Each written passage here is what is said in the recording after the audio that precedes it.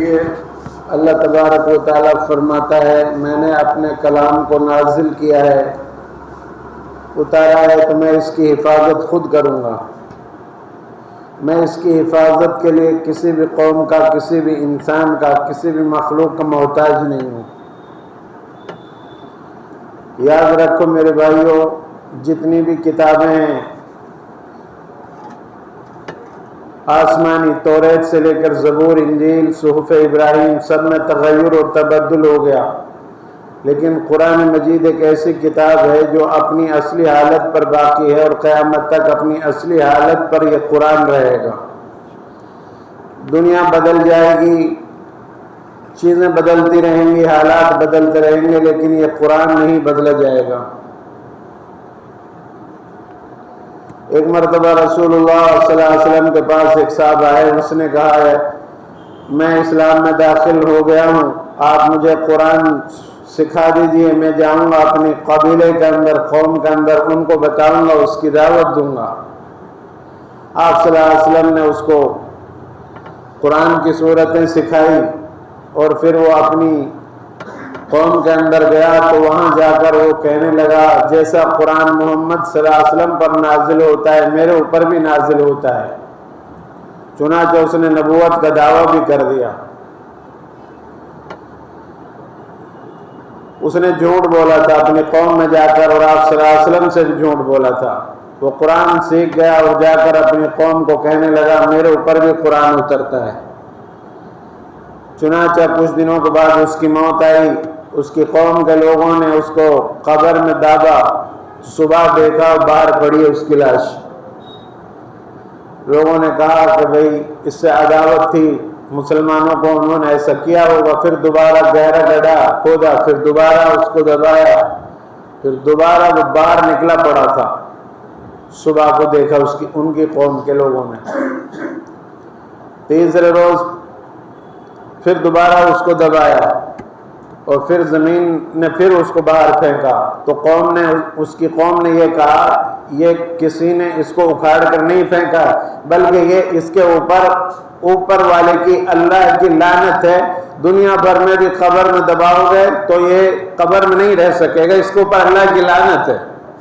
جو قرآن کے ساتھ ایسا کرے گا فراج، اس کا انجام ایسا ہوگا۔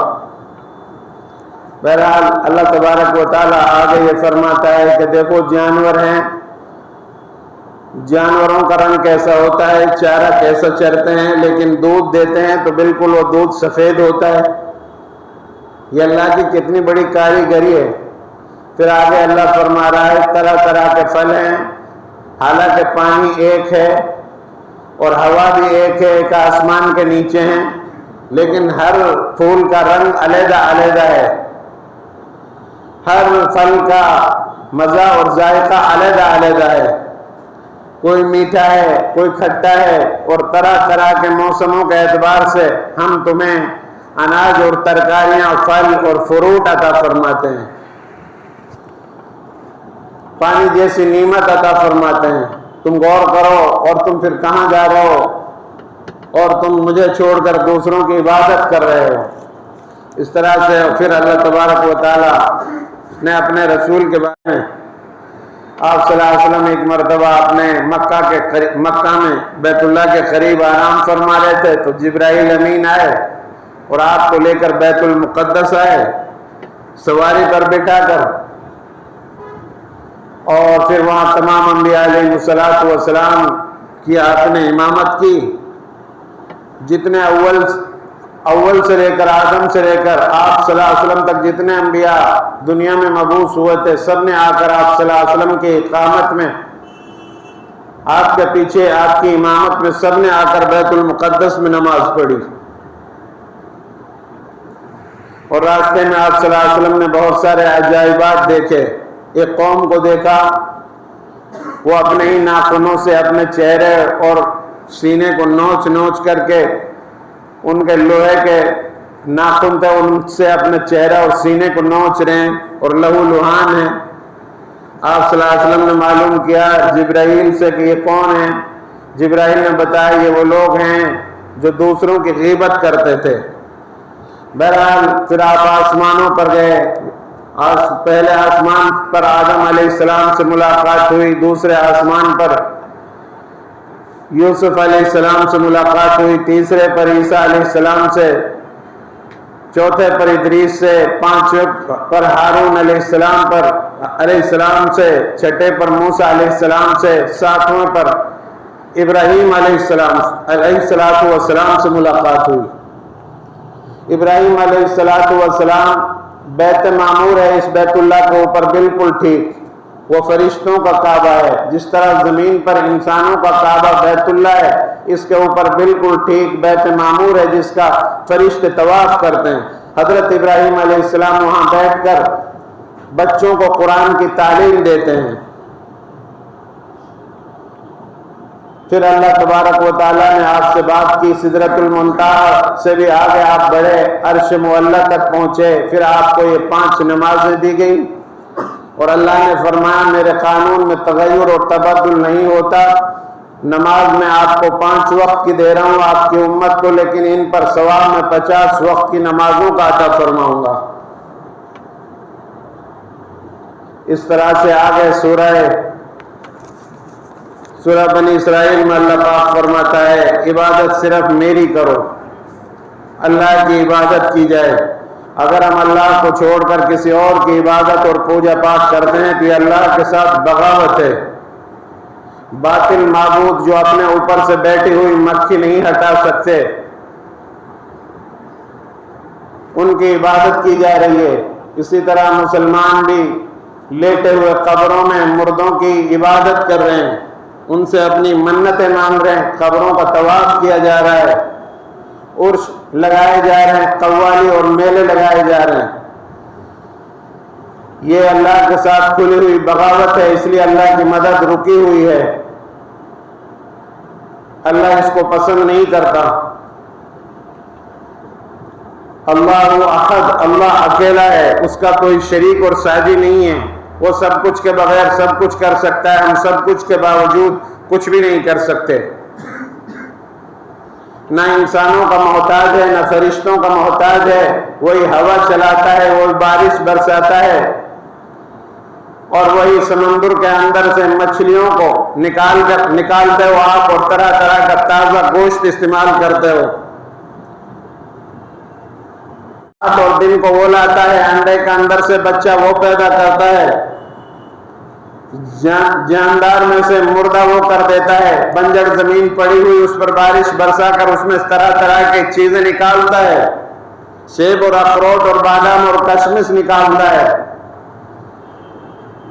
اللہ کے علاوہ کوئی دوسرا اس کا پارٹنر ہوتا تو دونوں میں آپس میں اختلاف پیدا ہو جاتا، جس سے دنیا کا نظام درہم برہم ہو جاتا۔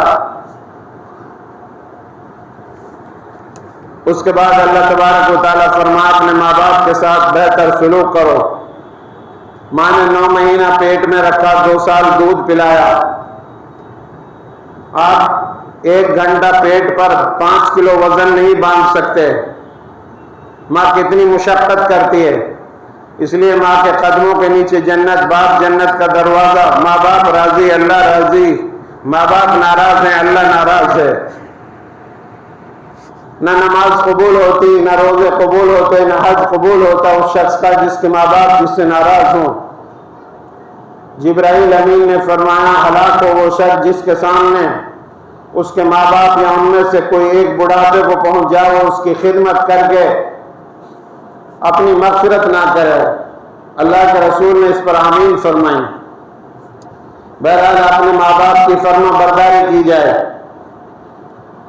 بچہ کتنا ہی بڑا ہو جائے لیکن ماں باپ کے سامنے وہ بچہ ہی ہوتا ہے۔ اللہ تبارک و تعالیٰ والدین کے ساتھ نیک سلوک کرنے کا حکم دیتا ہے، رشتہ داروں، مسکینوں اور مسافروں کا حق دو، یہ حکم دے رہا ہے اللہ پاک۔ فضول خرچی نہ کرو، تمہارے پاس مال و متاع ہے میری دی ہوئی تو اس میں سے فضول خرچی نہ کرو، اگر کسی کی ضرورت پوری نہ کرو تو نرمی سے جواب دو، نہ کنجوسی کرو نہ فضول خرچی، اعتدال کی راہ اختیار کرو، اعتدال کے ساتھ زمین پر ہو، عدل اور انصاف کے ساتھ، کسی کے ساتھ نا انصافی نہیں ہونی چاہیے۔ اپنی اولاد کو مفلسی کے خوف سے قتل نہ کرو، بہت سے لوگ کہتے ہیں زیادہ بچے ہو جائیں گے ان کو کہاں سے کھلائیں گے, کہاں رکھیں گے.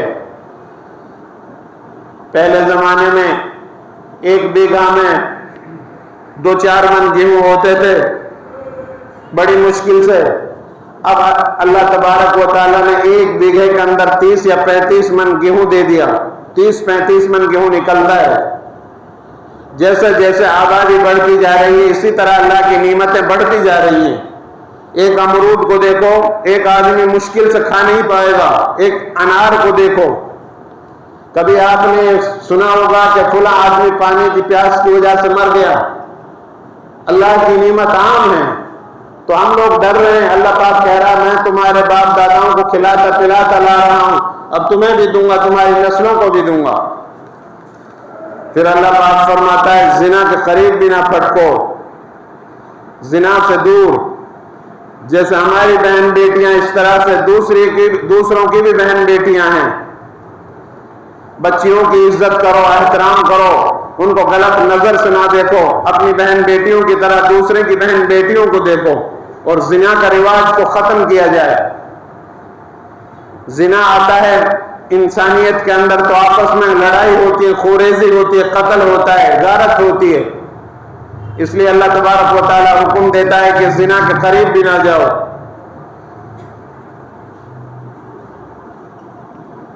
اللہ تبارک و تعالیٰ کے قانون کے مطابق زندگی گزارو, پھر اللہ تبارک و تعالیٰ دنیا میں آپ کو عزت عطا فرمائے گا.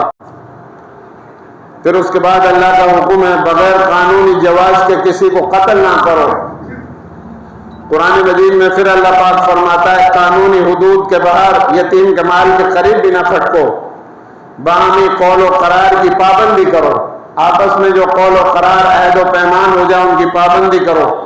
ناپ تول میں کمی بیشی نہ کرو. اللہ تبارک و تعالیٰ یہ پیاری پیاری باتیں ہدایت انسانیت کو بیان فرما رہا ہے.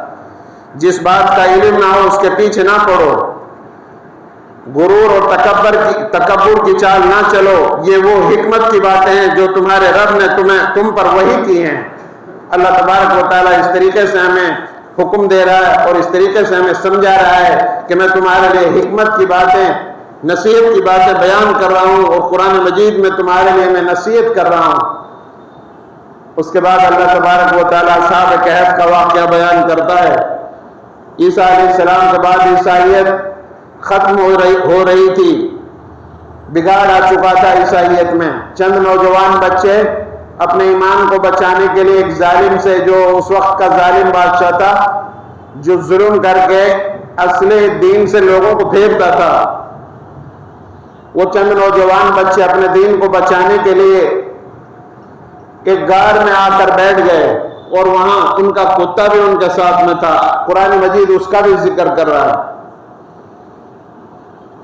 اور ان کو اللہ نے سلا دیا. 320 سال تک سوتے رہے. جس وقت وہ اٹھے تو اس وقت اس ملک 320 سال کے بعد ملک کی حالت بدل چکی تھی, اور وہاں اس ملک میں یہ آپس میں تکرار ہو رہی تھی, آپس میں بحث اور تکرار چل رہی تھی کہ مرنے کے بعد دوبارہ لوگ کیسے اٹھیں گے. جس وقت یہ اٹھائے گئے اس وقت یہ اس ملک کے اندر باتیں چل رہی تھی. چنانچہ یہ اٹھے تو انہوں نے کہا کہ بھوک لگ رہی ہے, صبح سوئے تھے شام ہوئی ہے. اتنا ہی صحیح ان کو معلوم ہوا, یہ شام سوئے تھے صبح ہوئی ہے, 320 سال گزر چکے ہیں. آپس میں مشورہ کیا, ایسا کرو بھوک لگ رہی ہے کچھ حلال کی روزی لے کر آؤ. حلال کا ان کو وہاں بھی خیال تھا. یہ نیک بندے تھے, نوجوان نیک تھے, انہیں اپنے ایمان کا بچانے کی فکر تھی اور حلال کی کھانے کی فکر تھی. اللہ نے ان کی مدد فرمائی. چنانچہ انہوں نے اپنا سکہ جو ان کی جیب میں تھا اس وقت کی کرنسی لے کر بازار میں بھیجے, اور کہہ بھی دیا کہ چپکے چپکے جانا, کہیں بادشاہ کو پتہ نہ چل جائے ورنہ وہ ہمیں اپنے دین سے پھیر دے گا اور ظلم کرے گا ہمارے اوپر.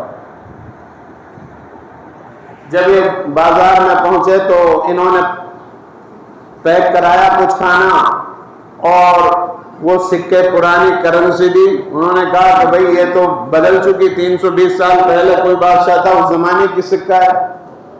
وہ کہا نہیں, ہم تو کل ہی گئے ہیں یا شام کو گئے ہیں, یوں کہ نہیں تمہیں کوئی خزانہ مل گیا ہے، اب پکڑے جاؤ گے تم۔ وہ کرنسی تو تبدیل ہو چکی، نوٹ بندی ہو چکی ہے، یہ تو تمہیں کوئی خزانہ مل گیا ہے، بتاؤ اپنا ایڈریس کیا ہے تمہارا۔ بیچارے پریشان ہوئے، اس نے بتایا پورا واقعہ، سارے لوگ جمع ہوئے، اور پھر سارے لوگوں میں یہ چرچا جو چل رہا تھا کہ مرنے کے بعد دوبارہ کیسے زندہ کریں گے۔ اس وقت کا بادشاہ بھی اچھا تھا، وہ بھی ان کے ساتھ ان کی غار تک آئے، اور پھر ان سب سے ان بچوں سے، نوجوان بچوں سے لوگوں نے ہدایت اور عبرت حاصل کی کہ جب اللہ تبارک تعالیٰ 320 سال کے بعد دوبارہ اٹھا سکتا ہے، زندہ کر سکتا ہے، تو مرنے کے بعد قیامت کا روز اللہ کیوں نہیں اٹھائے گا؟ ہر ایک سے ایک اپنا کیے کرائے کا حساب ہوگا قیامت کے روز۔ تو یہ نوجوان بچے لوگوں کے لیے ہدایت کا ذریعہ بنے، اور پھر یہ اپنے غار میں واپس چلے گئے۔ پھر اللہ نے ان کو اوپر نیند طاری کر دی اور پھر یہ سو گئے۔